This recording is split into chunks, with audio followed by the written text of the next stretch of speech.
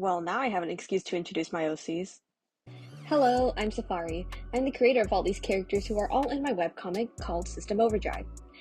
Around a year ago, I decided to make character sheets for each of them to build up a portfolio. These were the results. While these character sheets are not bad, they could be better. Plus, it's been a while. So, let's get to drawing. For those who don't know, System Overdrive is my webcomic that takes place in a city called Data Point during 2077, in which humans and robots coexist with one another.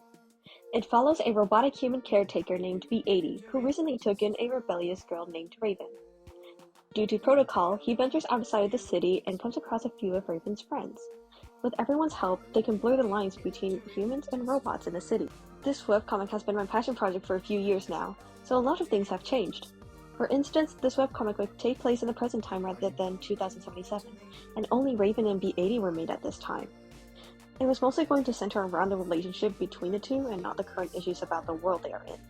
However, I still plan on having a few memorable moments between the two. Even outside of this, things have changed.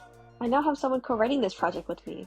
For now, they will stay anonymous, but just know that if you've seen my other videos, I've always referred to them as my ref guy.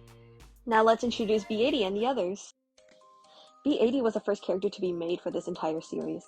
As stated before, he is a robotic human caretaker. He usually took in children when they were either a baby or a toddler, so taking in Raven, who is nearly an adult, will be a challenge for him.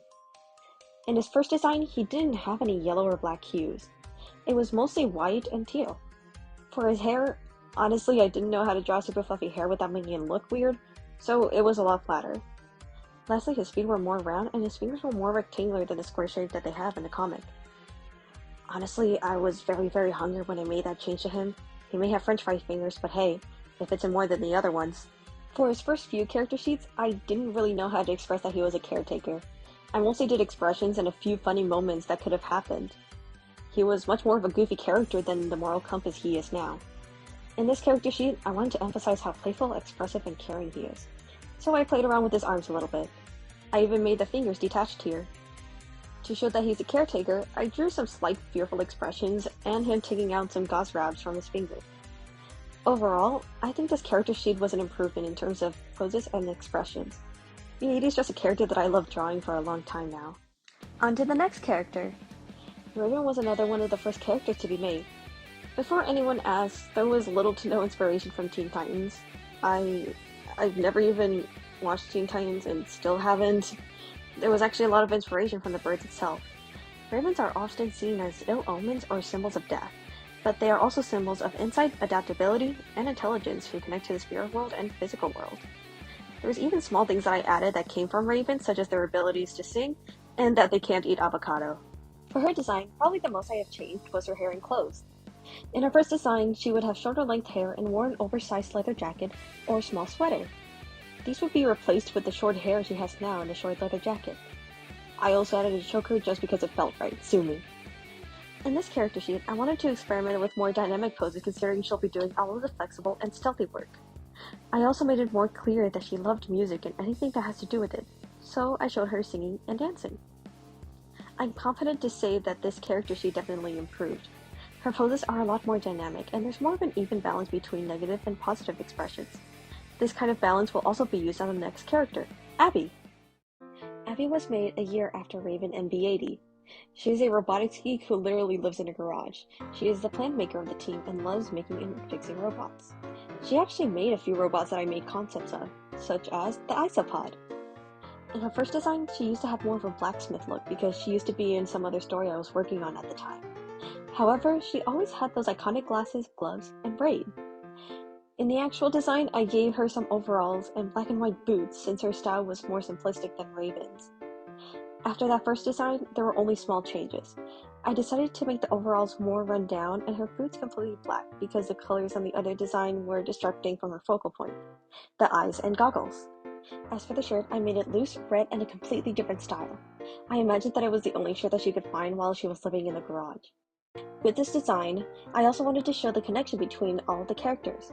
I decided to make them have the common color of yellow, which is why I made the lenses of her goggles yellow. Because of those details, I love doing this character sheet. I gave her carefree expressions and made the poses similar to her previous character sheet. Though I am pretty proud of this character sheet despite the little change. Finally, we have Aster. Before we continue the video, I would like to say that I forgot to record the line art and have the flag colors for this. Uh, just have these pictures and pretend like nothing happened. He had the most change out of all the characters in the most recent character that I made. He is a cyborg who isn't hesitant to take a hit or two. I made this character because I needed a tank for the group. However, I was having some trouble coming up with the design, so I had the help from my ref guy. His first design had him wear a green outfit with an anime-like hairstyle. He has his robotic arm much bigger than the other. I tried to make his design similar to the cyborg characters with a more funny twist. However, there was one problem. I wanted to make him look as ridiculous as possible, but my ref guy said that he looked so cool.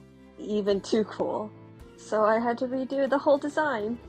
I gave him a bowl haircut and a neon jacket like Oliver Tree, and I made him a lot more cocky than before. I even made his arm very flimsy yet his hand huge because he would always break the arm part whenever Abby gets a chance to fix it. Aster was such a difficult character design because it was out of my comfort zone. I had to quickly learn that a good character design doesn't always mean a character has to look good or cool. They just have to fit the role they're in. Overall, I think I did at least a decent job for his character sheet. And that's all the characters. I hope you guys enjoyed this video and the characters shown here.